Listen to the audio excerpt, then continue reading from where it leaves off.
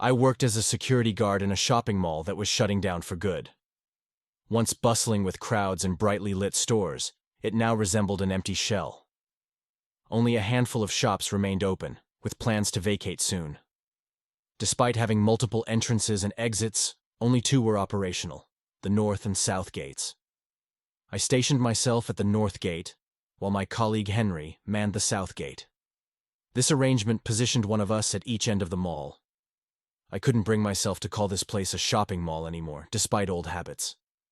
Our business was eerily quiet. Only a handful of people visited during the day, either for the few remaining open stores or the sole functioning toilet. It was puzzling. Some parts of certain floors were plunged into darkness, with closed stores repurposed as makeshift warehouses.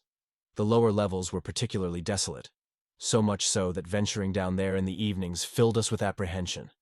Henry occasionally reported hearing strange noises emanating from the warehouses below, but upon investigation, we always found nothing. As winter set in and daylight dwindled, the atmosphere of this place turned somber. Occasionally, we'd converse with Henry over the radio, or during lunch breaks. We'd gather around one of the doors, shutting out the chill to share stories and laughter. In the early mornings, a cleaning lady would arrive, pausing from her tasks to exchange a few words with us before starting her work.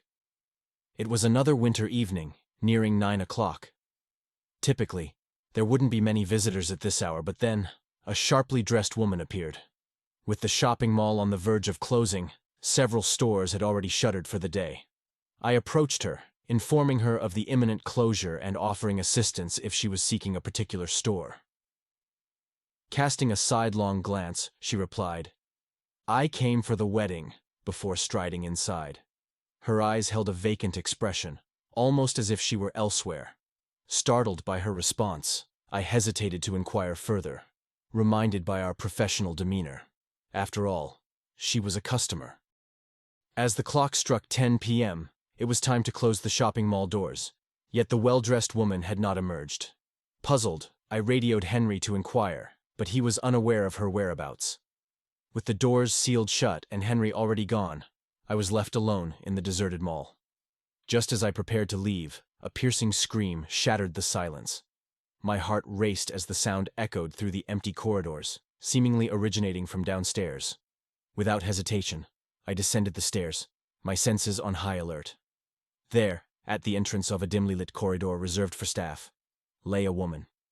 Unconscious and in need of help, I rushed to her side, recognizing her as the same woman who had mentioned the wedding upon entering the mall. I was gripped by shock, rendered motionless as I realized the severity of the situation. My trembling hand fumbled for my phone as I sought to call for help. But when I turned back to assess the woman's condition, she had vanished without a trace, leaving me bewildered and questioning my senses. Could it have been a figment of my imagination? The faint murmur of voices beyond a nearby personnel door added to my unease. With trembling hands, I pushed it open, revealing darkness and emptiness. Casting light into the shadows with my flashlight, I found nothing amiss. Fear tightened its grip as I realized I should have left long ago. Thoughts raced through my mind. Had the woman been abducted? But the logistics of carrying someone through that door in mere seconds seemed implausible. Could exhaustion have clouded my perception, conjuring visions where there were none? As I looked around carefully once more and confirmed there was truly no one present, the best thing seemed to be calling the police. But before doing so, I decided to quickly check the surveillance footage. Hurrying to the camera room, I searched for the right time of the incident, eager to see what happened. But I felt disappointed when I found out the cameras didn't record anything, except for the live feed. I started feeling uneasy as I watched the screen, seeing the same corridor where the woman had been lying moments ago. Now, she was walking around strangely, making me wonder if she was on drugs or something. When I tried to leave the room to go to her, I found the door unusually hard to open. No matter how hard I pushed, it wouldn't budge, as if someone was holding it shut. I shouted to see if anyone was there, but I knew I was alone. Fear clouded my thoughts, leaving me unsure of what to do next. With all my strength, I pulled open the stubborn door and rushed to where I had last seen the woman. She was standing there, trembling uncontrollably, as if being compelled by some unseen force. Though her eyes were open, she seemed unaware of my presence. I approached her, gently shaking her arm and asking if she was okay. But she remained unresponsive, muttering incomprehensibly in a language I didn't understand. Panic surged within me as I attempted to call the police, only to find that my phone had no signal. Suddenly, the woman's eyes widened as she looked directly at me, and as she began to speak, I realized she wasn't the person I thought she was.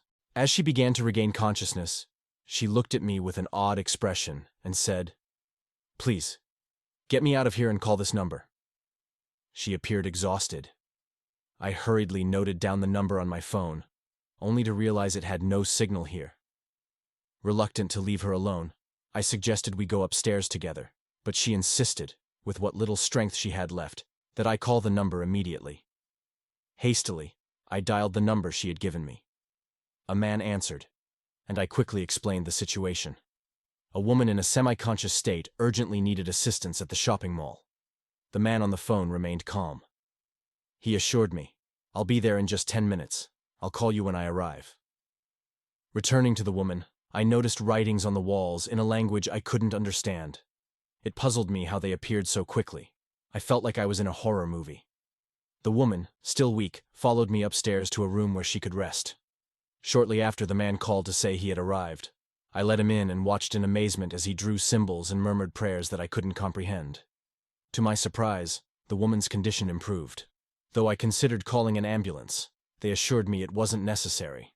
The man explained she suffered from epilepsy and had experienced similar episodes before. Relieved, I accepted their decision. What I witnessed didn't seem consistent with epilepsy. Honestly, it felt like the man was concealing something. Despite my suspicions, I needed to report the incident to the building management. However, with the malfunctioning cameras and the unbelievable nature of my account, I had no concrete evidence. It all seemed absurd. By now, it was well past midnight, and both the woman and the man had left the shopping mall safely. Recalling the strange writings on the walls downstairs, I decided to at least take a photo for documentation. So I headed downstairs and snapped a picture. I knew I had to show the photos to the building management early the next morning. Though this place was scheduled to close in a few months, I was keen on keeping my job. The following day, I informed Henry about the writings downstairs, but he looked puzzled and insisted there was nothing there. When we checked together, the walls were clean. No sign of any reading from the previous day. I showed him the photo on my phone, clearly displaying the readings, but he accused me of joking and walked away. That night, sleep eluded me as I tried to identify the language of the writings. While I wasn't proficient in any foreign languages, I could navigate a couple of translation programs. Eventually, I discovered that the writings contained Hebrew and Arabic words. Though I couldn't decipher all the sentences, the words I recognized filled me with dread. They translated to demon, darkness, curse, inevitable end, and wedding. Disturbed by what I found, I decided to delete all the photos to avoid further distress. However, erasing that night and its events from my mind proved impossible. If you enjoyed this video, don't forget to subscribe to our channel for similar content.